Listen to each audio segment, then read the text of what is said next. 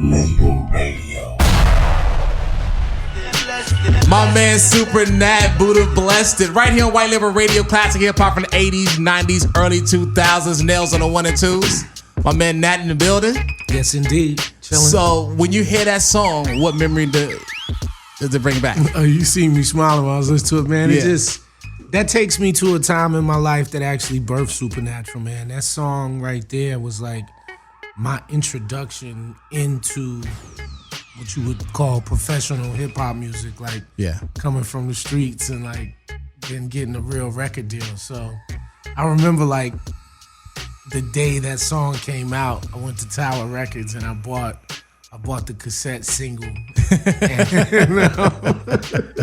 It sounds so ancient saying stuff like right? that. But right, especially saying Tower Records in general, shit. Yeah, you know, because Tower Records was the thing back then. That was the place to go. So I remember going there and copping it, and we got in the car and we rolled up.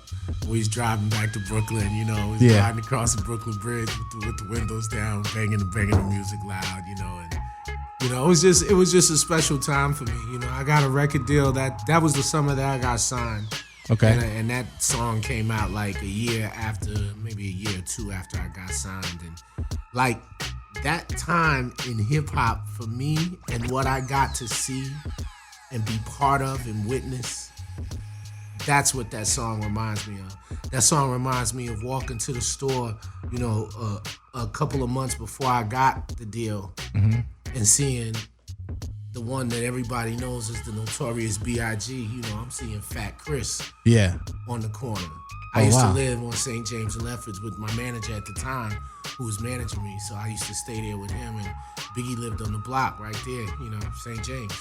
Oh, word? So I would see them all the time. And, you know, was he rapping it? Yeah, he was rapping it. And then oddly enough, like, we were just like neighborhood dudes that would see each other and maybe get a nod and keep pushing. Yeah. And then one night he was out there and I stopped, and you know, you see somebody on the block every day. Eventually you stop and you talk to him. We talked about music and getting on and, you know, making songs or whatever. Not together, but, you know, dreaming. Just two cats talking, smoking a blunt. We're smoking a blunt, drinking and dreaming.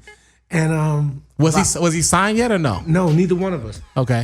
And then about I would say about a year later, we both got signed.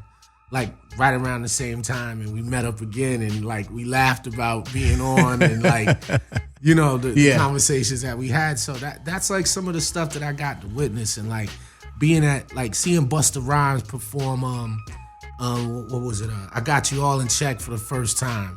You know, Woo-ha, yeah. You know, like I was there the first night he ever played that record for anybody. It was at an East West Records event called Ill Style Live. Okay. And he came out and performed it. And I remember tapping the homie like while he was doing it, and I was like, yo, he's out of here. This is it. This is, I was there for that. That's crazy. So that record takes me back to all of those moments of that era. What year was that? That was 93, 94 okay. That came out. Yeah. Okay. Yeah, like end of 94, I think. Okay. Had a radio show the next year. I was on Kiss. I used to do the same thing. Right here, exactly. Yeah, this is it. This is it. You know, more updated, but the same thing. Like, used to have MCs come through and come kick it at the show. I would interview. Like, that's what I mean. Like, back then it was just a different time, you know. It was. I tell my son is 12. I tell like the young cats or whatever. I'm like, it was, I think, one of the greatest times ever. I mean, for hip hop music, music wise, I think, you know, like, I mean, honestly, it was it called the golden era, but just think about the sneakers that came out. Right now, they're retro and shit that came out in '94. Exactly. It was the greatest player of all time is Michael Jordan, and he was at his heyday. He was doing his thing in that time. Exactly. You know, it was just a good time. You know what it was? Those times created. I heard somebody else say, and I've said it a long time ago. Those times created real stars. Yeah. You know, the music now is almost like instant oatmeal. You add hot water, you let it sit for a minute, and you got a bowl of oatmeal. Yeah. You know, and that's the sad part. Whose fault is that though? Is it the label's fault or is it the consumer's fault for consuming that garbage? I think it's a combination. I think it's a combination. I mean, you can't consume something unless the product is put there for you to consume. That's true. So, you know, you have to look at where the product is distributed from and the source of where it comes from. Yeah. So at first you got to look at the record labels, and the record labels are about one thing: capital. Yeah. They're about making money. So at the end of the day, they're going to put out the quickest and the easiest product that they can put out. They don't care if it has any nutritional value. That's why 100 fast food restaurants exist. Yeah. And that's why people consume. Because back during that time when you was coming up or when you came out, it was they had A&Rs that actually cultivated talent. You, like you said, they sent you out here to check out the scene and the whole nine. Like labels don't put any money behind that anymore. They shouldn't even call themselves A&Rs anymore. A lot of people don't even know what that word means. Yeah, right. A&R means artist repertoire. Yeah, and that means that you groom the artist.